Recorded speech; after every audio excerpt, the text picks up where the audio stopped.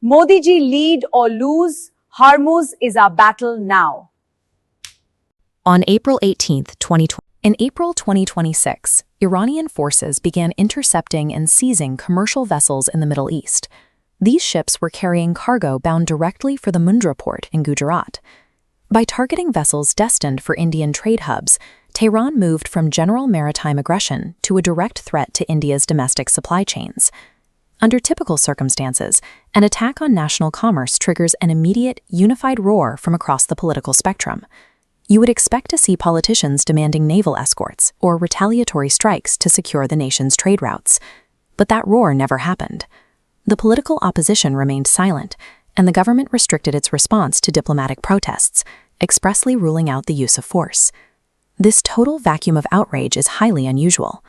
Both sides of the aisle are weighing the defense of national sovereignty against a hidden set of political and economic trade-offs that carry more weight than the ships themselves. To understand the silence today, look back exactly 1 month to March 2026, when a United States submarine sank the Iranian warship IRIS Dena. That incident triggered a massive domestic storm. Rahul Gandhi and his party took to the microphones, accusing the Prime Minister of being timid and fearful, and claiming he had surrendered India's strategic autonomy to Washington. Fast forward to April, Iran is now the aggressor, directly hurting Indian commerce at Mundra, yet those same political voices are muted. The Congress Party's historical identity is rooted in the non-aligned movement, a tradition that has long prioritized ties with Tehran over Western military alliances. Attacking Iran now would force them to adopt the same pro-US narrative they have spent the last 2 years actively campaigning against. There is also a tactical trap to consider. If the opposition pressures the government into a military response, and that response succeeds, they risk handing the Prime Minister a major victory that reinforces the strongman image they have been trying to dismantle. The outrage vanishes when the actor changes.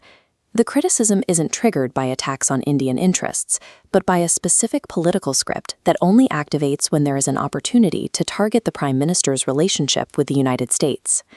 The government is running a different set of numbers. The Prime Minister is absorbing accusations of cowardice because the cost of a naval response is far higher than the political cost of silence. From a general manager perspective, military escalation threatens a total catastrophe. This chart shows how a closure of the Strait of Hormuz correlates with Indian inflation skyrocketing toward 15%. A kinetic conflict also risks India's long-term infrastructure. It would immediately end negotiations for Chabahar port in Iran, the country's only gateway into Central Asia. Then there is the human math.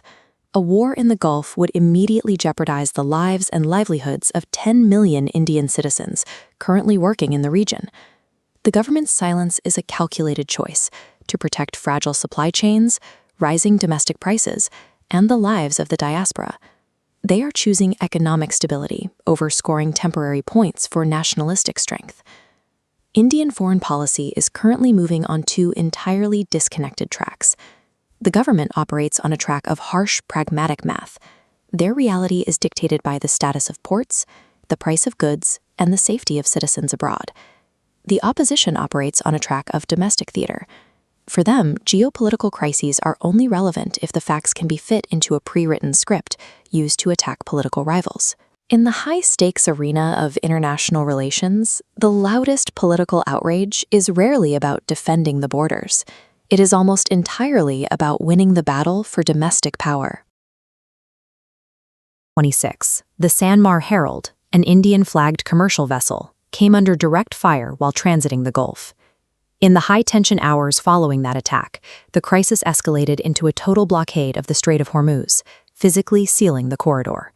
With the strait closed, 20% of global daily oil is trapped, with shipping routes effectively terminating at the blockade.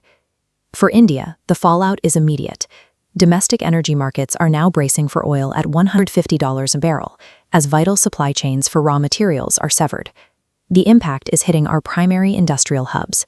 In Vapi, Daman, and Silvassa, the rising cost of energy and raw materials has placed massive manufacturing centers on the verge of a shutdown.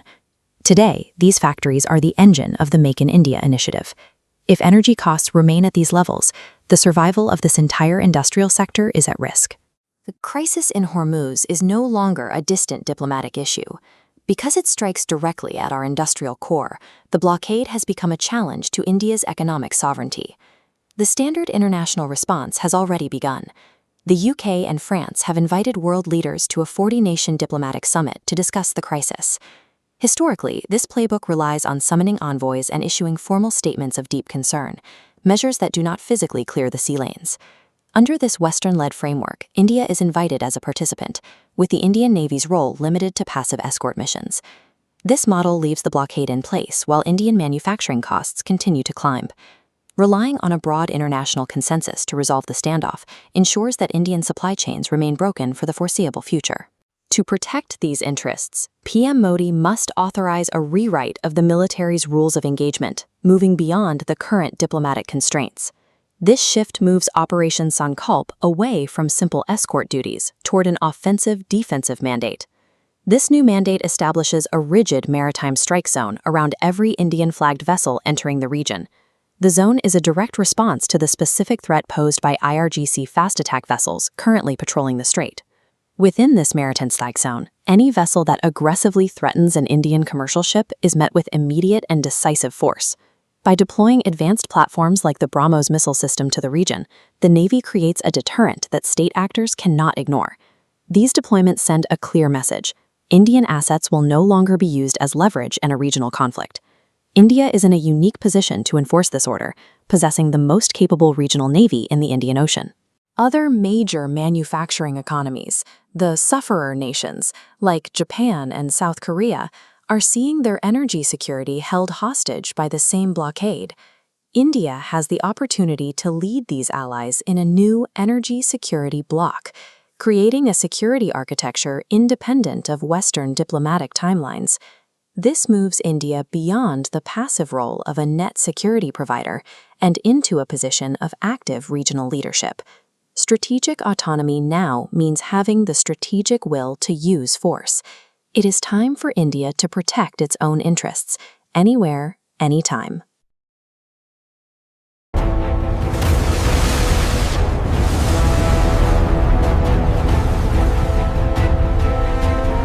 Remember, choice is not longer just political. It is a matter of national survival.